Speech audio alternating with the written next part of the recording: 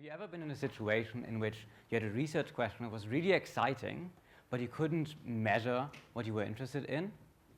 What do? Well, you could just drop the question, but here we at StanCon, we wouldn't, right? Maybe you're lucky, and instead, you find a proxy variable that you can use instead of the variable that you can measure.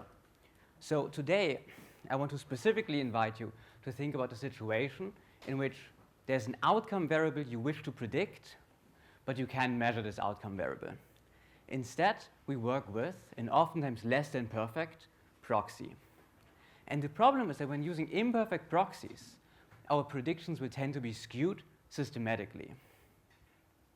Okay, we'll cover the example of diabetes prediction. Imagine you have to predict diabetes, but you don't have access to disease information, but only to the information whether someone has been diagnosed. In this case of this imperfect proxy, traditional methods will lead to predictions that underestimate the rate of diabetes in the uninsured population. That's pretty bad from a societal level, and we'll call these predictions disparate predictions. The prediction accuracy is degraded for the uninsured population. Okay, as you can guess from the title that's up on the wall, I'm going to talk about how hierarchical Bayesian models can help in this situation. On a high level, we're going to propose that when there are imperfect proxies or measurement error in the dependent variable, leaning more into stats lingo, you have to model the measurement process. Specifically, we're going to advocate doing so with Bayesian measurement models. Okay, let's dive into the diabetes example. Our goal is to predict whether a given individual does or does not have diabetes. We'll call this like sustained biological fact of high blood sugar, the disease status. For whatever reason we can work with disease status, we have to work with diagnosis information. Has this person been diagnosed with the disease? This could be due to a multitude of reasons. For once, we could be limited to survey data, right? Or there could be general cost constraints. This is actually a pretty academic example because testing for diabetes is so cheap that there is the National Health and Nutrition Examination Survey in the US, which contains both diagnosis information and disease information, which makes us the perfect example to showcase and validate our method on. There are, however, real-world situations in which you can't just measure the outcome you're interested in. Think, for example, of a disease that's too expensive to widely test for. Okay, even though it's cheap to test for diabetes, diagnosis remains an imperfect proxy because it depends on health care access, right? And as such, the uninsured population will remain underdiagnosed compared to the insured population. And that's depicted in this illustration. In blue, you can see individuals, In blue, you can see individuals that are healthy, in orange, those that have been diagnosed, and in red, those that remain undiagnosed even though they have the disease. And the rate of undiagnosed people is higher in the uninsured population. If we now use classical methods to predict this in this situation, think of logistic regression that's based on some covariates, maybe BMI, maybe a health insurance status, but crucially inferred on diagnosis information, not in disease information, then we'll underpredict the rate of diabetes in the uninsured population. And I hope this example shows you that the unquestioned use of imperfect proxies can lead to predictions that are worrisome in like a grievous societal way. You're probably wondering now, okay, how can we improve on these traditional methods using Bayesian hierarchical models? Before I'm going into that, I'll first talk about why there's actually a problem with classical methods, and I'll do it in the simplest example, the example of linear regression. So imagine, this is the textbook example, imagine you have an outcome here on the y-axis that's actually linearly related to a covariate x. In black, we have the true outcome, and then in blue, we have a perfect proxy. It's a true outcome up to independent noise. In this situation, you can see the lines. They are the linear regression predictions based on, like inferred on, in black, the true outcomes, in blue, on the proxy outcomes. And you can see down here in the residual plot, it doesn't really make a difference if you fit on the proxies or the true outcomes. This is the textbook case. So if your measurement error is uncorrelated with the covariates, you're golden. But what happens if your measurement error is correlated with the covariate? Well, in this case, this is pretty much like the very famous omitted variable bias. Because we don't observe the measurement error, we can't really attribute the rise in y to the covariate x. And now our linear regression prediction based on the proxies is off, and it's off in a systematically skewed way. So prediction accuracy is now degraded depending on x. Okay, so we've just seen that if we want to avoid our predictions being systematically skewed, we'll have to measure model the measurement process. And we'll do so by introducing the true outcome as a latent variable in our model. This is depicted in this very simple illustration. As before, we have the covariates and the proxy outcomes y, here marked in orange because they're observed. And then in between, we introduce the true outcome as a latent variable. While this looks simple, this sweeps a lot of challenges under the rug.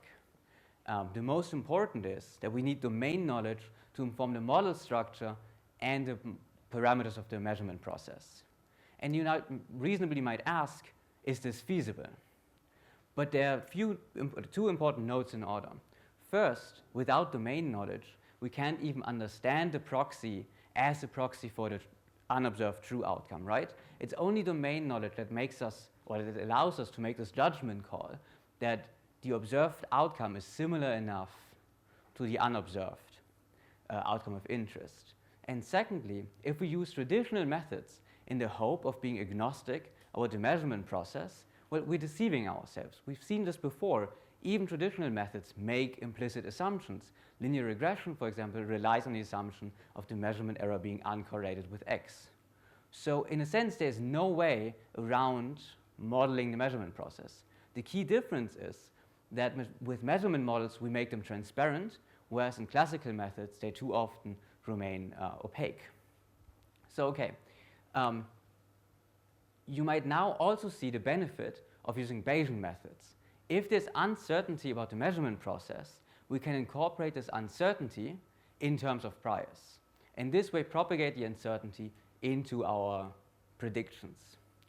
While both transparency about our assumptions and propagation of uncertainty are values in themselves, there's another benefit, which is we can do sensitivity analysis of our predictions or our claims based on our predictions with regards to our beliefs. Okay, to explain this, let me take a step back. These models are only partially identified. That means sometimes after reparameterization, some of the parameters will be point identified, so basically identified by the data, and then we have also non-identified parameters that completely depend on our priors that we put in. For the identified part, standard Bayesian workflow still applies. For the non-identified part, we suggest using these parameters as sensitivity parameters in a sensitivity analysis. Okay, you may wonder whether this crucial dependence on a prior isn't the weakness of our method. I think we should not see this as subjectivity to get rid of. I think this is an opportunity to clearly and transparently communicate how our predictions depend on our beliefs.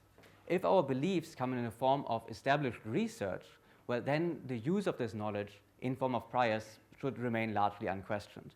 And that's also what's going to happen in the diabetes example. If, however, our beliefs are contested, well, then our predictions, in as far as they depend on these beliefs, are also questionable, right? And this is what sensitivity analysis allows you to gauge. Okay, as I said before, on the spectrum of like believable or like settled prior knowledge to contested prior knowledge, our diabetes example is pretty stable. We will use previous research on the rates of undiagnosed diabetes in the uninsured and insured population to inform our measurement model. And now we can go to the details of how we are going to model this diabetes example. Let's for the moment suppose we had all the information in the world. We have disease information. How would we go about modeling this? Well, we just set up a logistic regression. And we're going to write down this logistic regression in its form with a continuous latent variable. So you can always think of logistic regression as having a continuous latent variable that's distributed according to a logistic regression that here linearly depends on your covariates. And if this crosses a threshold, the person has a disease. So you can think of this latent variable as the latent disease burden. Think, for example, of like how high your blood sugar is. If your blood sugar is high enough, you have the disease. Okay, now we don't observe the disease status. So what do? Well, we want to relate this latent disease burden to diagnoses. But depending on your healthcare access, especially depending on your health insurance, your disease burden needs to be higher or less high before you visit a doctor, before a doctor can see this disease burden and diagnose you, right? That's the reason why we introduce a second shifted version of the continuous latent variable of the disease burden. And it shifted, I'm too small, it shifted by this threshold here, which we informed based on previous research on the rate of undiagnosed diabetes in the uninsured and insured population. Up here is just the second thresholding procedure. So if you go to the doctor, if your shifted disease burden is high enough, you're diagnosed. And then we also have a parameter that incorporates idiosyncrasies of every individual, basically just increasing a little bit the amount of parameters for our model. Okay, and now we can finally look at results. If you use classical logistic regression, then you will find this. On the y-axis, you have the observed diabetes rate in the population, and on the x-axis, you have the predicted risk. So if you're on this diagonal line, your predictions are well calibrated. If you predict a 5% rate, this person has also an observed chance of having an observed 4 people that have a predicted risk of 5%, will also observe 5% of the people, 5% of the people actually having diabetes.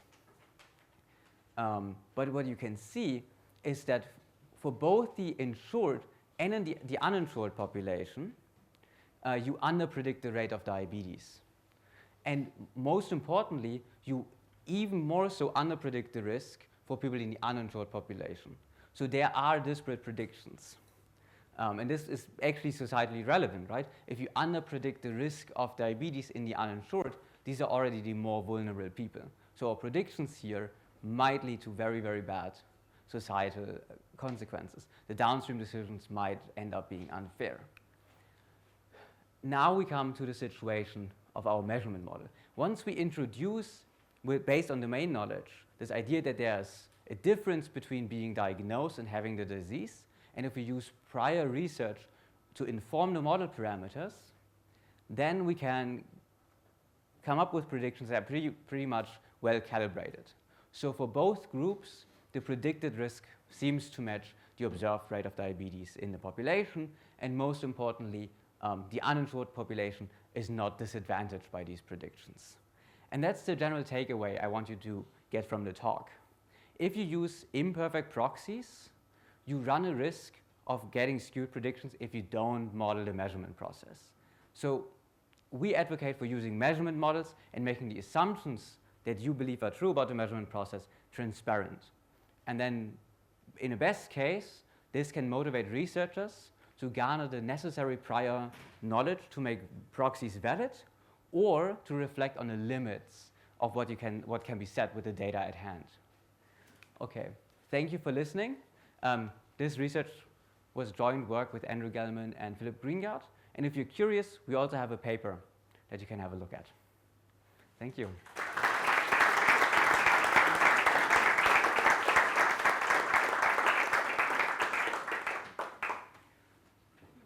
Any questions?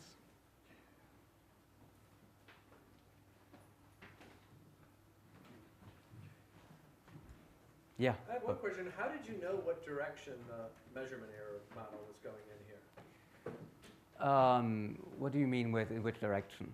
So rather than just having the measurement error be some kind of random noise, or Oh, yeah. some kind of parametric form Yes. for it, like where did that come from? Oh, I think in this case with the diabetes example, we are lucky that there is this domain knowledge that if you don't have healthcare access, the chance of being diagnosed is lower, right? If you never see a doctor, you're more prone not being diagnosed. Mm-hmm. And I think this is what heavily motivated the structure of the model and believing that these thresholds go in one direction. Okay. And I think this is a crucial part about all of these models. If you don't know the domain you're working in, if you can't really think through the relationship between proxy and true outcome, you can't really write down such a model, right? So it's a very, very much like a domain-specific thing. Right. And then how do you get the actual rate of diabetes in the uninsured population? Because I wouldn't assume that's the same as in the insured population, because it tends to be an unhealthier population overall. We were, again, lucky. Diabetes is something that people are actually really interested in, especially in the US. So these long cohort studies where people actually go and ask people, have you been diagnosed, and then double check. So they go and perform diabetes tests. And that's something that has been done in the previous research. But I think the crucial part is if you go to less academic examples, so examples that are where there's less domain knowledge, this also becomes way harder. You still have to do the work, right? If you believe your proxy without checking, your predictions will be very, very skewed. But if there's less domain knowledge, what you will have to do is you just have to have wider uncertainty. You will have to say, well, we can't really nail down one measurement process. What would be the predictions if we change our assumptions about the measurement process? So you have to be way more careful about what your claims are. But I think that's good. I think a lot of bad happens by people overusing proxies instead of being honest about their uncertainty. Yeah. You mentioned that we can use existing literature to design some of our priors. Yeah. But what happens if the existing literature somewhat conflicts? Yeah. That happens in a lot in management where like diversity, some people say it helps the team performance, but some people say it's not.